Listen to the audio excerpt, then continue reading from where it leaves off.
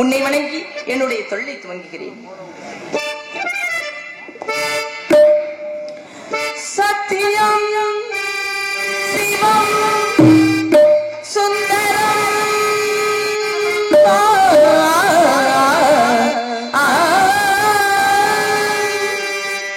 சரவணன் திருப்புகழ் மந்திரம் அழகன் முருகனிடம் ஆசை வைத்தேன்.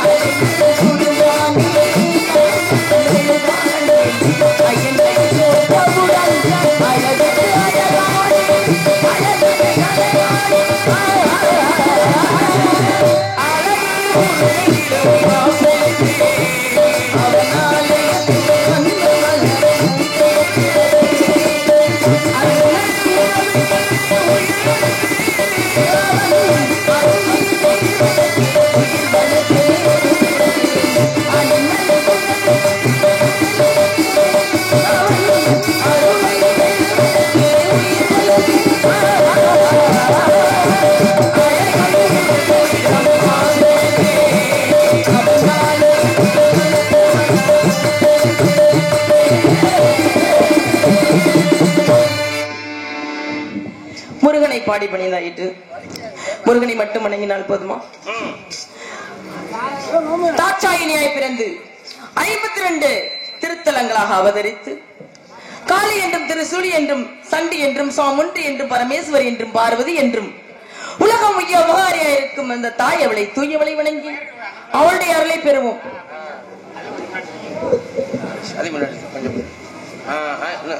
விசில் வருதா? கேட்காது பாரு, நீ பாரு கேட்காது. ஆமா. வரமளித்து உலகமெல்லாம் வாழ வைக்க வந்தவனே, வரமளித்து வேண்டுகிறோம் காத்திடுவாய் கருமாரி,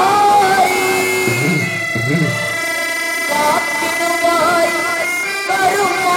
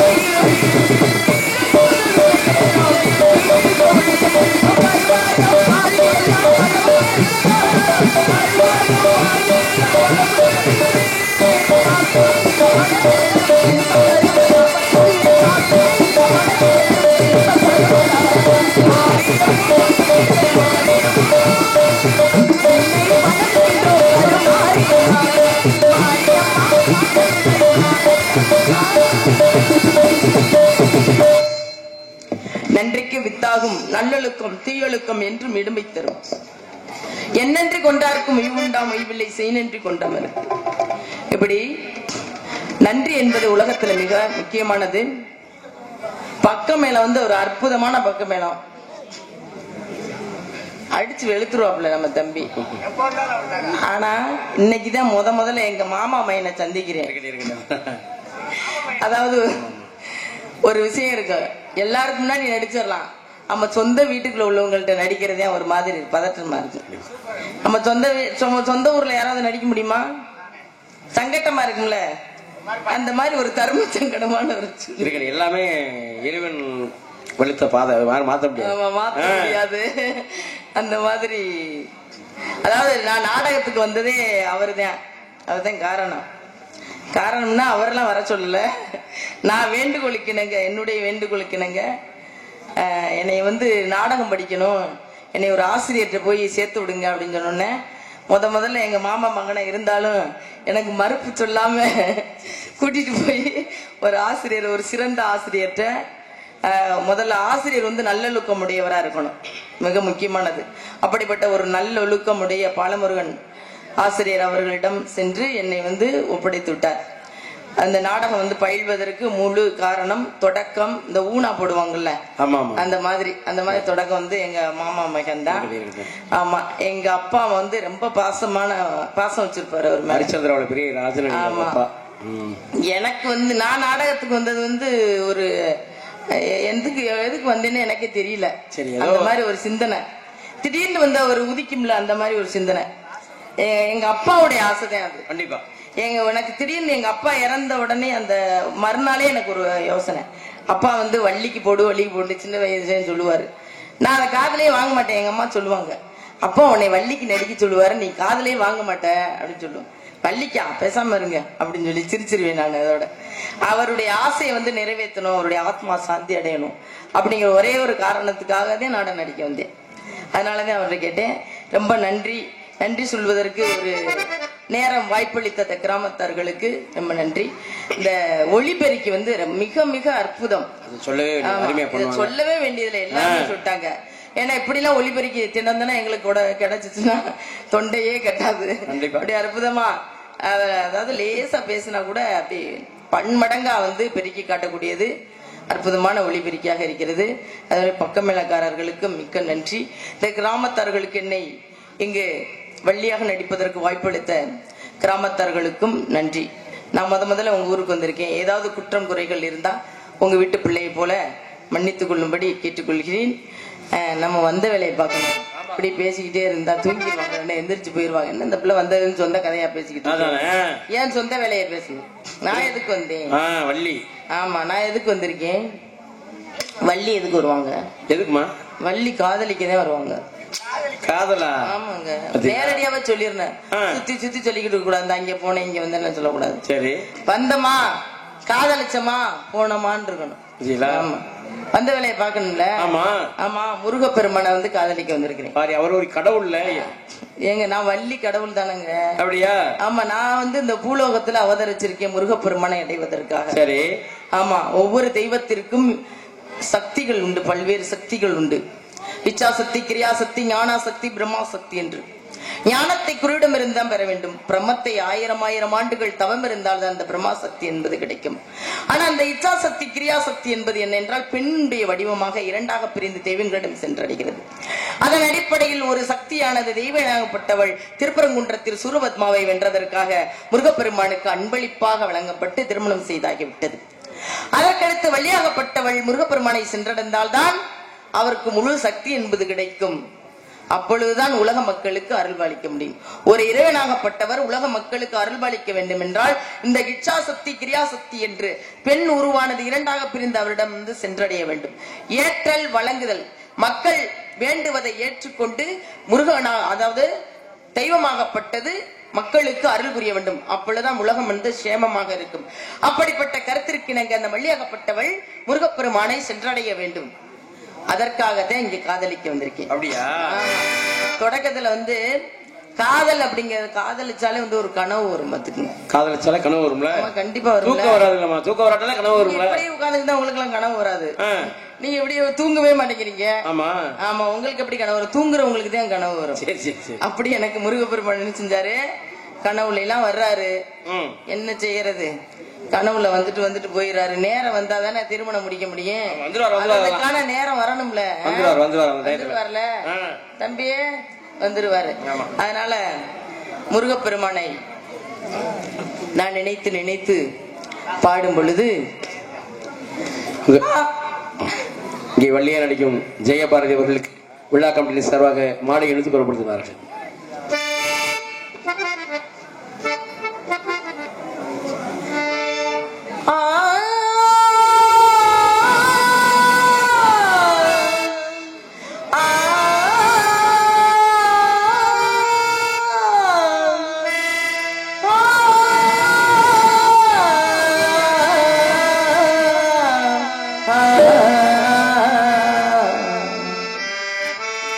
தாலாட்டும்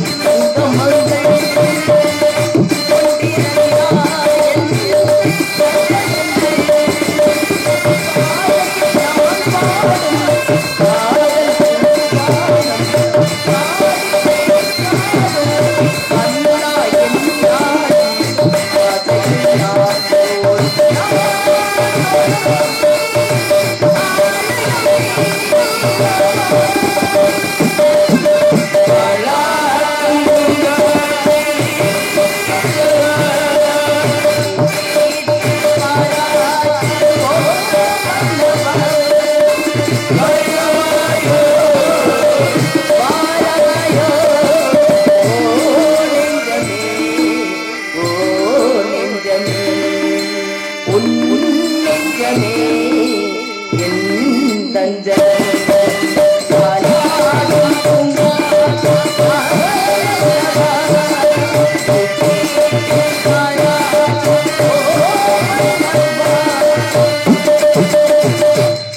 நன்றி நன்றி.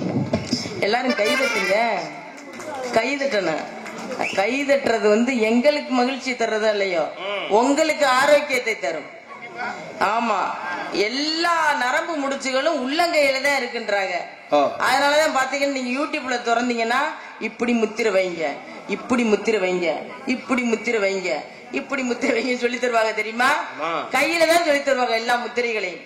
எல்லா முத்திரைகளையும் செய்ய வேண்டியதுல 10 நிமிஷம் தினம் தினம் கை தட்டினாலே போதும், எல்லா முத்திரையும் ஒருங்கிணைஞ்சிரும். நம்மளுக்கான அந்த நரம்புகள் அனைத்தும் என்ன செய்ய செயல்பட ஆரம்பிக்கும். அப்பதான் வந்து நம்மளுக்கு நேர்மறையான எண்ணங்கள் வரும். நேர்மறையான எண்ணங்கள் வந்தாதான் எதையும் சாதிக்க முடியும். சும்மா வீட்டுக்குள்ளேயே உட்கார்ந்துக்கிட்டு சோம்பேறித்தனமா இருக்கக்கூடாது. சோம்பேறி இருக்கக்கூடாதுன்னு நம்ம பப்புன்னு சொன்னாரு. ஆமா, அதுக்கு கைதட்டுறது மிக ஆரோக்கியமானது. அது உங்களுக்கு ஆரோக்கியத்தை தரும், எங்களுக்கு மகிழ்ச்சியை தரும்.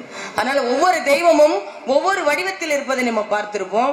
இருந்தாலும் நம்ம சிவபெருமான் ஏன் சுடுகாட்டுல இருக்காரு தெரியுமா? நம்ம தண்டாயுதபாணி ஏன் பழனி மலையில கோவணத்தோட இருக்காரு தெரியுமா? இதுக்கெல்லாம் நிறைய காரணங்கள் உண்டு.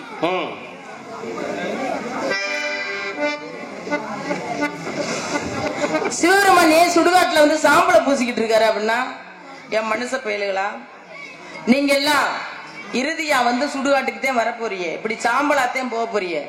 எதுக்கு போட்டு இப்படி சண்டையும் சல்லுமும் போட்டுக்கிட்டு இப்படி கஷ்டப்பட்டுக்கிட்டு மத்தவங்களையும் கஷ்டப்படுத்திக்கிட்டு மத்தவங்களையும் துன்புறுத்திக்கிட்டு ஏன் இப்படி வாழ்றீங்க அப்படிங்கிற ஒரு நிலையாமை கருத்தை சொல்வதற்கு தான் சிவபெருமான் சுடுகாட்டுல சாம்பலை பூசிட்டு இருக்கிறார். அதே மாதிரி முருகப்பெருமான் ஏன் பழனி மலையில ஒரு பழத்துக்காகலாம் கோச்சுக்கிட்டுலாம் போல. அந்த தெய்வத்தினுடைய வடிவத்திற்கே ஒரு அர்த்தம் உண்டு. எதுவுமே நிலை இல்ல உலகத்துல, எதுவுமே நீ கொண்டு வந்ததும் கிடையாது, நீ எதுவும் கொண்டு போக போறதும் கிடையாது, இறுதியில மிஞ்சினது ஒண்ணுமே கிடையாது அப்படின்னு சொல்றதுக்காக தான் அந்த அதுவும் நிலையாமை சைவ சித்தாந்தம் அனைத்துமே நிலையாமை கருத்துக்களை தான் சொல்லும். அப்படிப்பட்ட ஒண்ணுதான் கந்த புராணம். அந்த கந்த புராணத்தை சொல்றதுக்கு முன்னாடி இந்த முருகப்பெருமான் என்பவர் வேறு, கந்தன் என்பது வேறு என்பதை அனைத்து தமிழர்களும் முதல்ல தெரிஞ்சுக்கணும். கந்தன் என்பவர் வடமொழியிலிருந்து வந்தவர். கந்த புராணம் வடமொழியிலிருந்து வந்தது. கந்தன் என்கின்ற தெய்வமும் வடமொழியிலே வடநாட்டவருடைய தெய்வம். ஆனா முருகன் அப்படிப்பட்டதல்ல. முருகா முருகா முருகா என்று ஒரு முறை சொன்னால் போதும், பிரம்மகஸ்தி தோஷமே நீங்குமா. அது மிக இருக்கிற தோஷத்திலே பெரிய தோஷம் பிரம்மகஸ்தி தோஷம். அப்படி அதுவே நீங்கும் பொழுது நாம் செய்யக்கூடிய சிறிய சிறிய தோஷங்கள் கூட நீங்கி பறந்து ஓடிவிடும். அப்படிப்பட்ட அற்புதமான தெய்வத்தை, பாரம்பரிய தெய்வத்தை கொண்டவர்கள் யாரு? தமிழர்கள். அப்படிப்பட்ட தமிழ் தெய்வத்தை நான் வந்து காதலிக்கிறேங்கிற போது எனக்கு எவ்வளவு சந்தோஷமா இருக்கு தெரியுமா? அவரை நினைச்சு நினைச்சு எப்பவுமே வந்து ஒரு ஏதாவது ஒரு காரியம் கை கூடும் போது ஒரு பதற்றம் என்பது இருந்து கொண்டே இருக்கும். அந்த மாதிரி எனக்கு ஒரு வாரமாவே முருகனை போய் சென்றடையறதுனால ஒரு மாதிரி மனசு அப்படியே எதிர்பார்த்துக்கிட்டே இருக்கு, எப்படா வருவார்னு. ஆவாரம்பூவு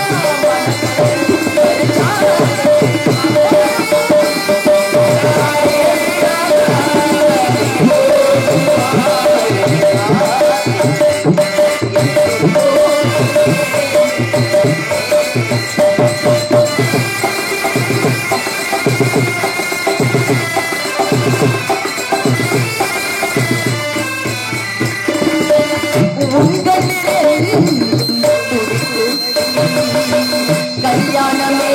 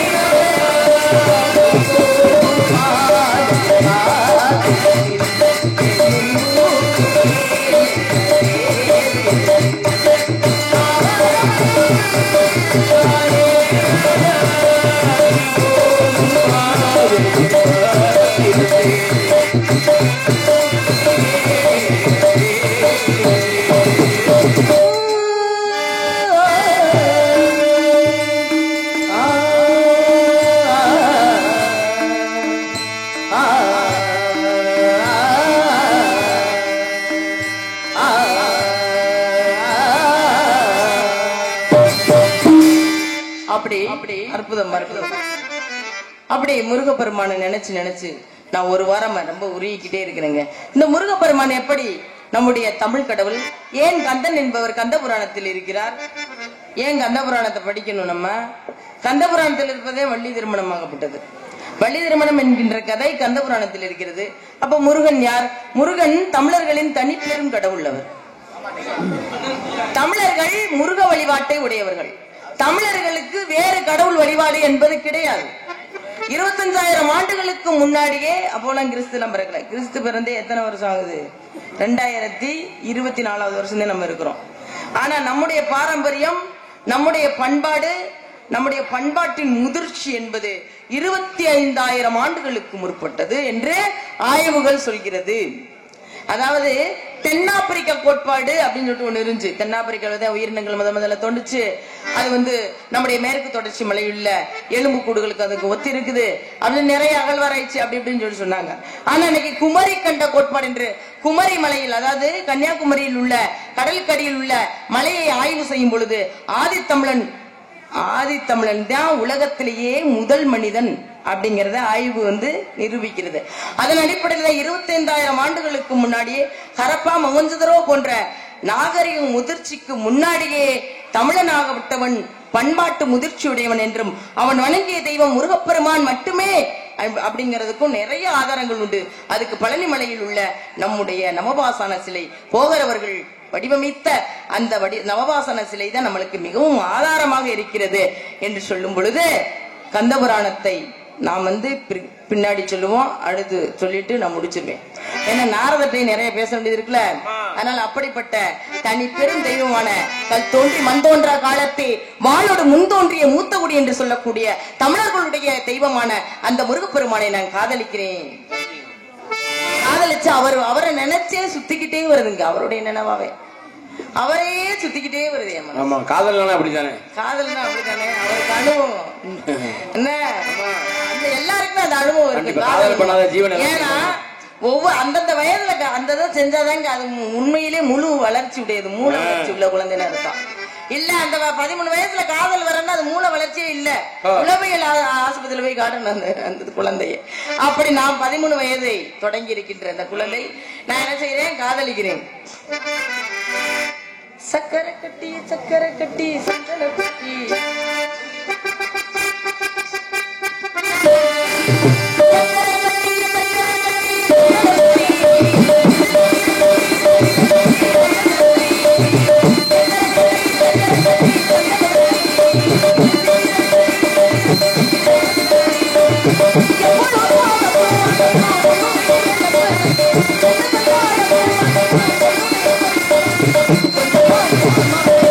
கொஞ்சம்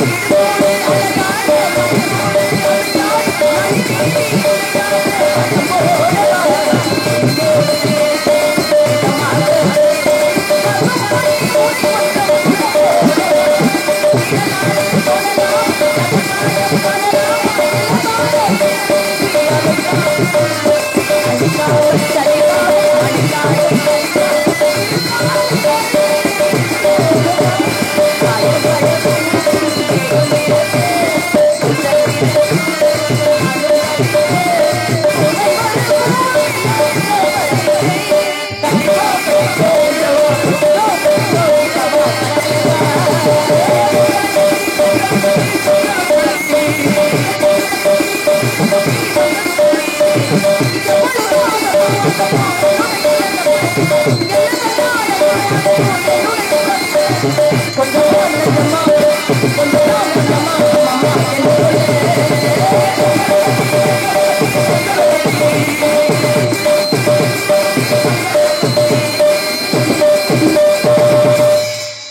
முருகப்பெருமான அற்புதம் அற்புதம். அப்படி முருகப்பெருமானை நினைச்சு உருகி உருகி அண்ணே உருகி உருகி என்ன செய்யறேன், சுத்தி சுத்தி என் மனசு அவரையே சுத்திக்கிட்டு வருதுங்க முருகப்பெருமான. அந்த கந்த புராணத்தை பத்தி நம்ம கண்டிப்பா தெரிஞ்சுக்கணும். அதாவது கிருதாயுகத்தில் அரிச்சந்திர புராணம் சத்தியத்தை சொல்கிறது. திரேதாயுகத்தில் ராமாயணம் பெண்ணாசை கூடாது என்று சொல்கிறது. பாவர யுகத்தில் மகாபாரதம் மண்ணாசை கூடாது என்று சொல். கலியுகத்திற்கு கந்தபுராணம் நன்றி கெட்டவர்களாக இருக்கக்கூடாது, அப்படி இருந்தால் உங்களுக்கு அழிவு வரும் என்றும், ஆணவம் கண்மம் மாயை என்று சொல்லக்கூடிய 3 குணங்கள் மனிதனிடம் இருந்தால் அவன் என்ன செய்வான் அப்படின்னா அழிந்து போவான். அவன் இறைவனை சென்று அடைய முடியாது. இறைவனாகப்பட்டவர் அவனை அழித்து மன்னித்து ஏற்றுக்கொள்வாரே ஒழிய அதுவரை இந்த ஆணவம் கண்மம் மாயை என்று சொல்லக்கூடிய 3 குணங்களோடு மனிதனாகப்பட்டவன் இருக்கக்கூடாது. அதாவது பேராசை இருக்கக்கூடாது. அதே போல இந்த உலகத்துல இருக்கிற எல்லாமே இங்க நம்மள்டதான் இருக்க போகுது, நம்ம உயிரோட தான் இருக்க போறோம் அப்படின்னு நினைச்சுக்கிட்டு இருக்க கூடாது. உலகத்துல ஆயிரம் கோடி கோடி சிந்தனைகள் இருக்கும் மனிதரிடம். ஆனால் ஒரு நொடி கூட தான் மரணித்து விடுவோம் என்கின்ற அந்த சிந்தனை மட்டும் இருக்கவே இருக்காது என்பதுதான் மாயை என்கின்ற குணமாகப்பட்டது. இந்த 3 குணங்கள் சூரபத்மன், தாராசுரன், சிங்கமுகன் என்கின்ற 3 கதாபாத்திரங்களாக கந்தபுராணத்தில் சொல்லப்பட்டு முருகப்பெருமான், அதாவது கந்தன், முருகன் என்று இங்கே சொல்லப்படாது, கந்தன் என்கின்ற ஒருவர் உருவாக்கப்பட்டு அந்த கந்தன் என்ன அப்படின்னா 6 உருவங்களை ஒருமுகப்படுத்தி பார்வதி தேவியார் வெற்றி வேலை தந்த அந்த உருவத்திற்கு பேருதான் கந்தன் என்கின்ற உருவம். வெற்றி வேலை எதுக்கு கொடுத்தாங்க அப்படின்னா சூரபத்மாவை சம்காரம் செய்வதற்கு தான் கொடுத்தாங்க. அதனாலதான் அவனை கந்தன் என்று சொல்கிறார்கள். அதனாலதான் அவரை பற்றிய அந்த புராணமாகப்பட்டது கந்த புராணம் என்று சொல்லப்படுகிறது. இப்படிப்பட்ட குணங்கள் மனிதனிடம் இருக்கக்கூடாது என்று சொல்வதுதான் இந்த கந்த புராணமாகப்பட்டது. தனிப்பெரும் தெய்வமான அந்த முருகப்பெருமானை நான் காதலிக்கிறேன். இந்த உலகத்துல காதல் இல்லாத உயிர் இருக்கா? பட்டாம்பூச்சி கூட ஒரு காதல் இருக்கு, பறவைக்கு காதல் இருக்கு, விலங்குகளுக்கு காதல் இருக்கு, ஒரு தாவரத்துக்கு கூட காதல் இருக்கு. ஒரு தாவரத்திலிருந்து இன்னொரு தாவரத்திற்கு வண்டாகப்பட்டது மகரந்த சேர்க்கை மூலம் சேர்க்கும் பொழுது அந்த காதலாகப்பட்டது உற்பத்தியை செய்கிறது. அப்படிப்பட்ட காதல் இல்லாம அந்த உலகம் என்பதில்லை.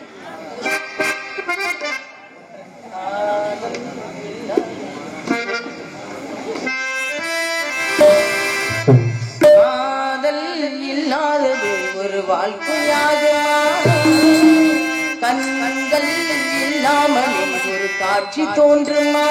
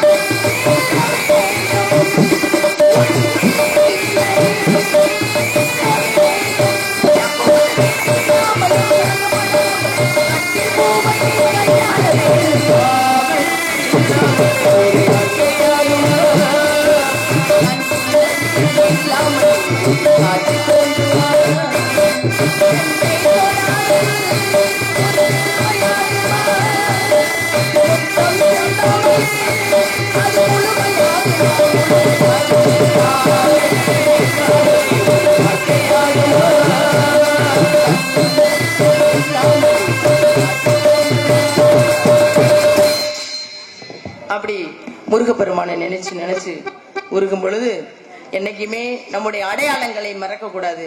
நம்முடைய அடையாளங்கள் அனைத்தும் அழிக்கப்பட்டு விட்டது. அதாவது நம்முடைய இசை, தமிழ் இசையே இல்லை என்று நிறைய பேர் வாதாடிக்கிட்டு இருக்கிறாங்க நம்முடைய இசையை. ஏன்னா யாழ்ப்பாண நூலகத்துல சிங்களர்களுக்கும் தமிழர்களுக்கும் நடந்த போர்ல நிறைய நூல்கள் தீக்கிரைக்கு ஆகிவிட்டது. அதுல பாத்தீங்கன்னா நம் பெருநாரை பெருங்குருகு ஜெயந்தம் செய்தியம் போன்ற பொருநாறு போன்ற பல்வேறு இசை நூல்கள் அங்கே அழிக்கப்பட்டு விட்டது. அது மட்டுமல்லாமல் நம்மகிட்ட இருக்கிற சிறு காப்பியங்கள் என்று சொல்லக்கூடிய நிறைய சிறு காப்பியங்கள் நம்மகிட்ட இருந்தது. அந்த காப்பியங்களை எல்லாம் படியெடுப்பதற்காகவும் பாதுகாப்பதற்காகவும் ஆறுமுக நாவலர் என்கின்ற ஒரு பதிப்பாசிரியர் இங்கிருந்து எடுத்துட்டு போனாரு. அங்கே போய் அங்க நூலகத்துல எல்லாமே எரிக்கப்பட்டு விட்டது. எதுக்கு இதை சொல்றோம் இந்த நேரத்துல அப்படின்னா, ஒரு மனிதனை ஒரு இனத்தை அழிக்க வேண்டும் என்றால் அந்த இனத்தை கத்தி கொண்டோ துப்பாக்கி கொண்டோ அழிக்க வேண்டிய அவசியம் கிடையாது. அந்த இனத்திற்கான நூல்களை அழித்தால் போதும். அந்த இனமே அடையாளம் தெரியாமல் அழிந்துவிடும். ஒரு அடையாளம் என்பது மொழியில் இருக்கிறது. ஒரு மொழிதான் ஒவ்வொரு மனிதனுக்கும் அடையாளம். சமஸ்கிருதமாகப்பட்டது இன்னைக்கு பேச்சு மொழியில் இல்ல. அது எங்க இருக்கு அப்படின்னா, சமஸ்கிருதம் என்பது ஓதுகின்ற இடத்துலதான் இருக்கு. என்று பேச்சு மொழியாக ஒரு மொழியாகப்பட்டது பேச்சு மொழியிலிருந்து அழிந்து போகிறதோ அப்பொழுது அந்த மொழியாகப்பட்டது அழியும். ஆனால் நம்ம என்னைக்குமே பிற நாட்டாருடைய மொழி மீது மோகம் இல்லாமல் நம்முடைய தாய்மொழியை எப்பொழுதும் விட்டு கொடுக்காமல் எப்பொழுதுமே நம்ம தாய்மொழியை பற்றுதலோடு இருக்க வேண்டும். நம் உடம்பும் சதையும் போல அந்த மொழியை பற்றுதலோடு இருக்க வேண்டும். அந்த மொழிக்கான கடவுள் தான் முருகப்பெருமான்.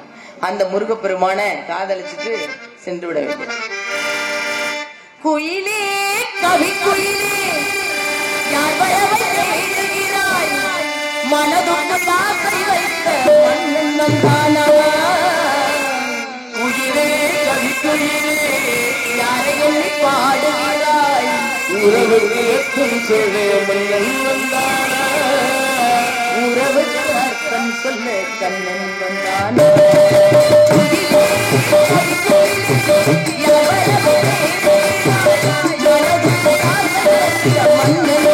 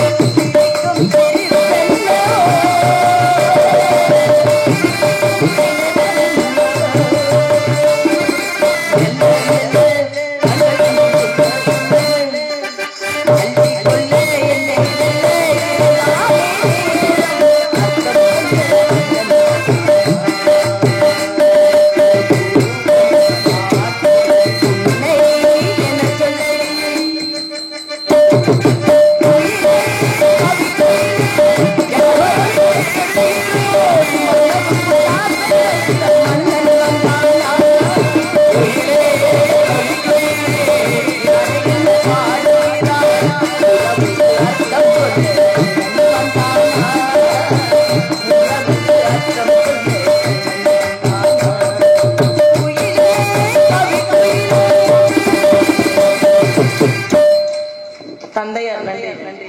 தந்தையர் அழைத்தார் என்று அண்ணன் அழைக்கிறார். தாயர் சேர்ந்த கோவிலுமில்லை, தந்தை சொல்மிக்க மந்திரமில்லை என்று கூறுவார்கள். அதன் அடிப்படையில் தந்தையர் அழைப்பிற்கின சென்று மீண்டும் உங்களை சந்திக்கிறேன். நன்றி வணக்கம். திங்கள் உறங்கிய போதும் திங்கள் உறங்கிய போதும் கண்கள் உறங்கிடுமா காது கண்கள் உறங்கிடுமா காத கண்கள் உறங்கிடுமா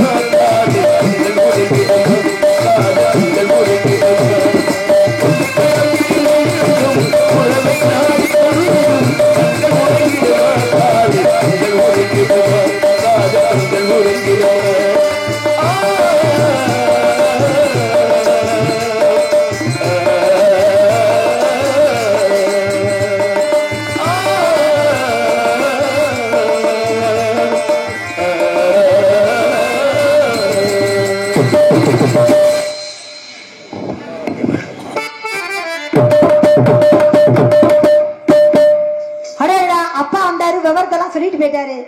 கண்ணு கருத்துமா காட்டுக்கு போடுமா என்ன பெட்டிக்காரே பொம்பளை பிள்ளைனா தன்னந்தனியா இருக்கேன். சரி முன்ன பின்ன போயெல்லாம் பழக்கம் இல்ல. அது காடுனாவே எனக்கு பயம். சொல்லி கொடுக்கணுமா போறதுக்கு? ஆமா சொல்லி கொடுக்கணும்ல. மிருகங்கள்லாம் இருக்குமாம்ல, யானை பயப்படக்கூடாது, புலி சிறுத்தை அதெல்லாம் உனக்கு சும்மா சும்மா இல்ல நிஜமாதான். பார்த்தா எனக்கு ரொம்ப பயம். யாரு இல்ல இதெல்லாம் தங்கச்சிட்டு தான் இப்படி பேசுறதா? ஆமா யானைக்கு யாத்தரி எத்தனை தும்பிக்கை ஆனா விதிச்சுச்சுன்னா நம்மள